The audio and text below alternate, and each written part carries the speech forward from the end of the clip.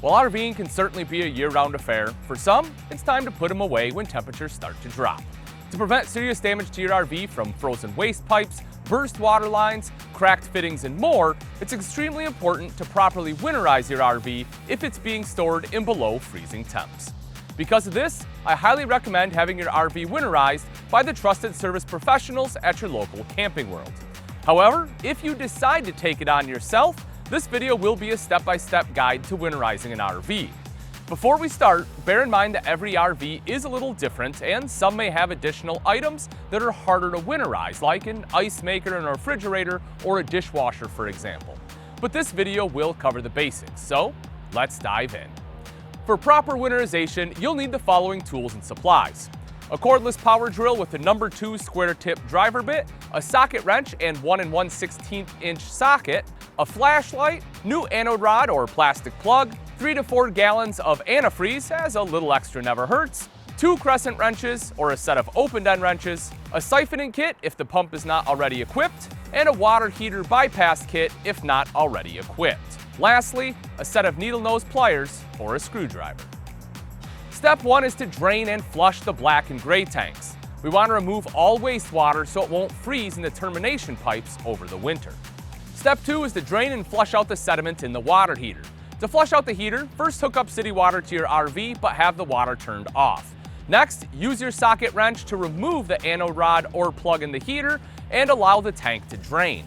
Once drained, turn the water pressure on and let the heater flush out the sediment for 2 to 3 minutes.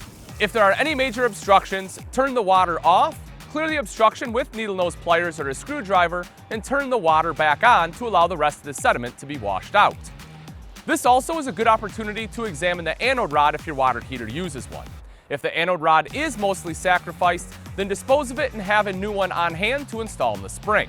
You should leave the anode rod or plug out until the RV is ready to be used again. Next up is step 3, which is to locate the water heater and subsequently install or activate the water heater bypass by putting the valves in the correct configuration so we don't fill up the water heater with antifreeze. To find the water heater, locate where the water heater service door is on the outside of the RV and try to line that up with where it would be inside. You'll most likely have to remove an access panel, which can be accomplished using your drill and square tip driver. Once the panel is removed, adjust the valves so as to bypass the water heater. Step 4 is to drain the fresh tank and low point drains. Be sure the water pressure is off before removing the plug and draining the freshwater tank. It is also a good idea to open the faucets to help facilitate flow. When finished, close all the faucets and plug the low point drains. Step 5 is to locate the water pump. Attach the siphoning kit, or if equipped, locate the siphoning hose. Then take the siphoning hose, put it in your gallon of antifreeze, and open up the valve. You'll want to turn on the water pump to allow the antifreeze to start flowing through the system. Step 6 is to start opening faucets and valves on the outside of the RV, beginning with the lowest one and working your way up. Open the low point drain valves or loosen the low point drain plugs on your RV to allow water to slowly run out until it turns pink, and then close the valves or retighten the plugs. Next, turn on any outside showers or exterior kitchen faucets. It doesn't matter if you start with the hot or cold side first, but be sure to run one until the water runs pink, close it, and then do the same to the other side. For step 7, we'll head inside and continue the process from the last step, starting by opening any toilets and holding them open until you see antifreeze. Then move on to all sink faucets and showers and do the same as we did in step 5 by opening both the hot and cold side one at a time until the water runs pink.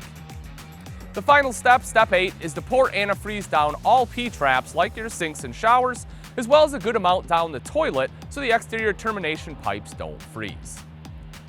And you are done. Much like an in-ground sprinkling system, if performed properly, winterizing your RV will protect it from freezing temperatures and all the problems that come along with it, like extensive water damage and expensive repairs.